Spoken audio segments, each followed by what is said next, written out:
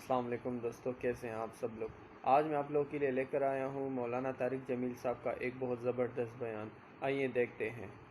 سارے پکوڑے والوں کو شوق چڑھا ہوا رمضان آئے پکوڑے وکن گے، سموسے والے آندے پہ رمضان آوے سموسے وکن گے، جتیاں والے آندے پہ عید آوے جتیاں وکن گیا. وہ کسی کو یہ شوق ہی نہیں کہ بخشش ہوگی، اللہ راضی ہوگا، جنت ملے گی، اللہ کی محبت میں بھوک لگے گی، اللہ کے عشق میں پیاس لگے گی.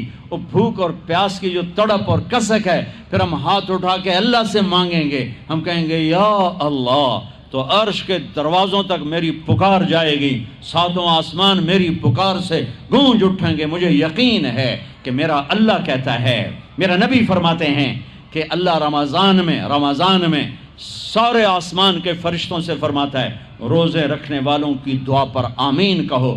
عرش کے فرشتوں سے اللہ فرماتا ہے میری تسبیح چھوڑ دو، رمضان کے روزے رکھنے والوں کی دعا پر آمین کہو، آمین کہو. عرش فرش میں گونج اٹھتی ہیں میری دعائیں، میری صدائیں. میرے نوحے، میرے گریے ہلا دیتے ہیں. اگر بھوک پیاس میں مزے آ رہے ہوں کہ واہ یا اللہ تو نے کہا تھا نا، دیکھ میں بھوک سے بیٹھا ہوں. اس لیے افطار کے وقت دعا کیوں قبول ہے؟ افطار کے وقت کھانا سامنے ہے، پانی سامنے ہے، اور آواز کان لگے ہوئے ہیں سائرن کی آواز پر، تو اللہ کہتا ہے یہ فرشتہ، یہ میرے بندے، کھانا بھی سامنے ہے، پانی بھی سامنے، یہ کیوں نہیں کھا رہے، یہ کیوں نہیں پی رہے؟ بولو کہ یا اللہ تیری محبت، میری محبت، چلو تم گوار ہو، میں نے معاف کیا، چل میرا بندہ مانگ. کھانے سے پہلے مانگ. وہ وقت مانگنے کا ہوتا ہے، پکوڑے کھانے کا نہیں ہوتا، سموسے دکن کا نہیں ہوتا. سموسے، پکوڑے، کچوریاں، سیون اپ، جام شیری، روح افزا، 500 چیزاں تو اندر پا لیندے ہو. سارے روزے دی تباہی پھیر کے رکھ دیتے. ایک مہینے کے لیے اوور آلنگ ہے، ٹیوننگ ہے، ٹیوننگ. تھوڑا کھاؤ، تھوڑا کھاؤ، تھوڑا کھاؤ.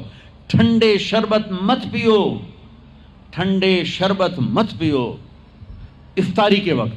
بعد میں پینا تو پی لو، افطاری کے وقت اپنے اوپر ظلم مت کرو. سارے دن کا انجن گرم ہے، ایک دم اس کے اوپر برف پھینکتے ہو. تھوڑی دیر صبر کر کے سادہ پانی پی لو، نماز پڑھ لو، پی لو، جام شیری پیو، سیون اپ پیو، جو مرضی پیو، ٹھنڈا پیو، گرم پیو، جو مرضی پیو. لیکن روزے کے وقت بچو تلی ہوئی چیزوں سے، کراری چیزوں سے، مسالے دار چیزوں سے، ثقیل چیزوں سے بچو. ہلکا پھلکا رکھو پیٹ کو، ہلکا پھلکا، تاکہ روزے کا مقصد حاصل ہو کہ جسم پاک ہو، غلاظتوں سے، گندگیوں سے پاک ہو، صاف ہو. اور اپنے دل کو بھی صاف. رمضان میں سب کی بخشش ہو جاتی، سب کی. 4 نہیں بخشے جاتے، 4 آدمی نہیں بخشے جاتے، 4 قسم کے مرد عورت سب کی بخشش ہو جاتی، سب کی. 4. اللہ تعالی ہماری حفاظت فرما لے. کسی بھائی میں یہ عیب ہے، ابھی سن کے توبہ کر لینا. شراب پینے والا، مستقل شراب پینے والا، رمضان میں بخشش نہیں. ماں باپ کا نافرمان، ماں باپ کا نافرمان، بخشش نہیں. ماں باپ کے نافرمان کے لیے تو میرے نبی نے کہا کہ اللہ ہر گناہ کی سزا موت کے بعد دے گا. ماں باپ کے نافرمان کو یہیں سے شروع کرے گا اور آگے تک لے کے جائے گا. یہاں بھی سزا دے گا اور آگے بھی سزا دے گا. صرف ایک گناہ دنیا میں ایسا ہے، کفر شرک کی سزا بھی موت کے بعد. زنا، شراب، جوے کی سزا سود کی موت کے بعد ہے. ایک گناہ ماں باپ کی دل آزاری، دل دکھانا، اللہ یہاں سے یہ سزا شروع کرتا ہے اور آخر تک پہ چلاتا ہے اس کو. میرے نبی سے پوچھا گیا یا رسول اللہ قیامت کب آئے گی؟ آپ نے کہا اللہ کو پتہ ہے. کہ کوئی نشانی بتائیں؟ کہ جب ماؤں کو ذلیل کیا جائے گا قیامت آ جائے گی. ماں باپ کا نافرمان. تیسرا کون ہے؟ رشتہ داروں سے لڑنے والا. کبھی بھائی سے لڑا، کبھی بہن سے لڑا، کبھی خالہ سے، کبھی چاچے سے، کبھی مامے سے، کبھی تائے سے، کبھی پھوپھے سے. قریبی رشتوں سے لڑنے والا اور تعلق توڑنے والا، اس کی بخشش نہیں ہوگی. چوتھا کون ہے؟ کینہ رکھنے والا. کینہ، شحن. ایک ہوتا ہے بغض، ایک ہوتا ہے کینہ. شحن، بغض، شحن. بغض کیا ہے؟ کہ مجھے انصر بھائی سے نفرت ہے، یہ بغض.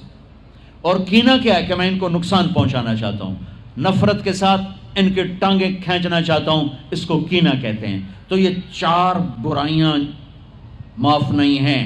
ہاں کوئی توبہ کرے تو سب معاف ہو گیا، سب معاف ہو گیا، سب معاف ہو گیا۔ تو اللہ نے ہمیں رمضان کا مہینہ دیا ہے، جہنم کے دروازے بند ہو جائیں گے، جنت کے دروازے کھل جائیں گے، فرض 70 فرض کے برابر ہو جائے گا، نفل فرضوں کے برابر ہو جائے گا، تراویح کے ہر سجدے پر 1500 نیکی لکھی جائے گی، ہر سجدے پر 1500 نیکی لکھی جائے گی، 20 رکعت 40 سجدے 60,000 روزانہ۔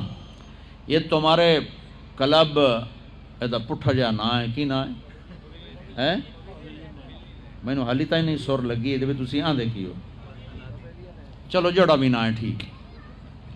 یہ بہت بڑا کلب مجھے نظر آیا۔ یہ یہاں باہر ایک چھوٹا سا پرچہ لگا دیں کہ جو یہاں آ کے تراویح پڑھے گا ہر سجدے پر اس کو 150 روپیہ دے، 150 چھوڑو 15 روپے دیے جائیں، ہر سجدے پہ 15 روپے دیا۔ ایتھے ویکھا جی لڑائیاں کیویں ہوندیاں، اے سارے پوترے دادیاں نو چاہتے لے آون گے، 2 نانیاں نو چاہتے، نانی ٹر اج تراویح تینوں پڑھاون، دادے نانیاں نو پوچھدا کوئی نہیں، انہاں دی عید ہو جاونی۔ تسی ایدے اعلان کر کے لکھ دیو بھئی جڑا ایتھے آوے گا نا انہوں اسی فی سجدہ 15 روپے دیواں گے۔ ایتھے پھر چھوٹے ویکھے جے کیویں چل دے۔ او میرے نبی، او میرے نبی، او میرے محبوب، او میرے پیارے اور میرے اللہ کے پیارے دلارے راج دلارے، وہ کہہ رہے ہیں او میری امت 1 گھنٹہ لگا لو، 1 گھنٹہ 40 سجدے، ہر سجدے پہ 1500 نیکی، 60,000 نیکیاں، اور ہر سجدے پر جنت میں ایک سرخ یاقوت کا محل، اور ہر سجدے پر جنت میں ایک درخت جس کے نیچے 100 سال گھوڑا دوڑ سکتا ہے۔ اتنے تھوڑے وقت میں اتنی کمائی۔ اب 8 تراویح پڑھ کے آدھی مسجد خالی جا رہے، کتھے جا رہے ہو، کی کرن جا رہے ہو، کوئی کام نہیں، 8 پڑھ کے جوتا اٹھا کے جا رہے ہیں۔ اے بھائی پڑھ دو، سال کے بعد آیا ہے موقع اللہ سے لینے کا، اور ہر سجدے پر یہ کچھ اللہ دے رہا ہے۔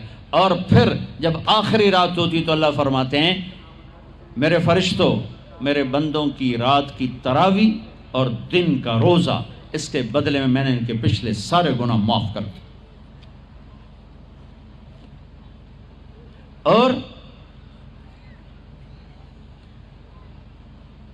آسمان پہ ایک فرشتہ اعلان کرتا ہے یا باغ الخیر ابشر و اقبل، اے بھلائی کے چاہنے والے آگے بڑھ خوشخبری ہو، اور اے برائی کے کرنے والے بس کر اور واپس ہو۔ اور اللہ کا عرش مستقل پہلے آسمان پہ آ جاتا ہے، عرفات کے دن صرف عرفہ کے دن پہلے آسمان پر، لیکن رمضان میں پورا رمضان عرش پہلے آسمان پر۔ اور میرے اللہ کا اعلان ہے کوئی بخشش چاہنے والا، ہے کوئی توبہ کرنے والا، ہے کوئی رزق لینے والا، ہے کوئی سوال کرنے والا، ہے کوئی دنیا اور آخرت کی حاجت لینے والا، ہے کوئی مانگنے والا۔ ہر وقت اللہ کی طرف سے اعلان ہوتا ہے اس مہینے کو بناؤ، دنیا کماؤ، حلال کمانا کوئی، میں تو ویسے ہی مذاقاً کہہ رہا ہوں، ہر ایک دنیا کمانا کوئی منع تھوڑا ہی، حلال کمانا کوئی منع تھوڑا ہی ہے، لیکن ایسی کمائی میں نہ لگو کہ روزے پہ زد پڑے، تراویح پہ زد پڑے، تلاوت پہ زد پڑے۔ میرے نبی پاک صلی اللہ تعالی علیہ وسلم رمضان میں قرآن کی تلاوت بڑھا دیتے تھے۔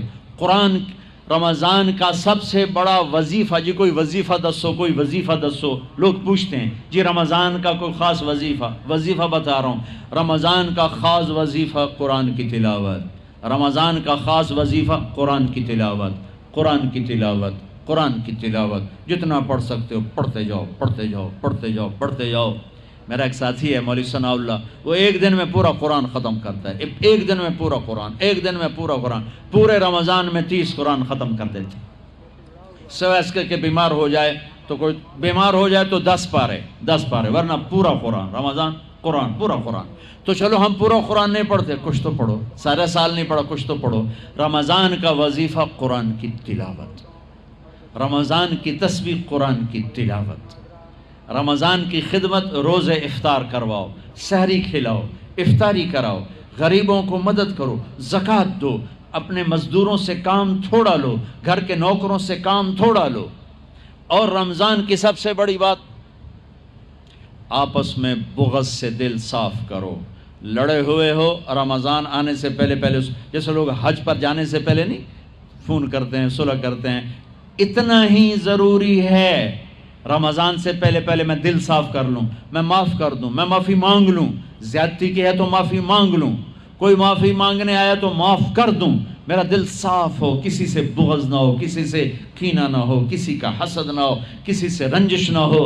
دل صاف کرو. صاف دل اللہ کا عرش بن جاتا ہے، اللہ کا عرش بن جاتا ہے، اللہ کا عرش بن جاتا ہے.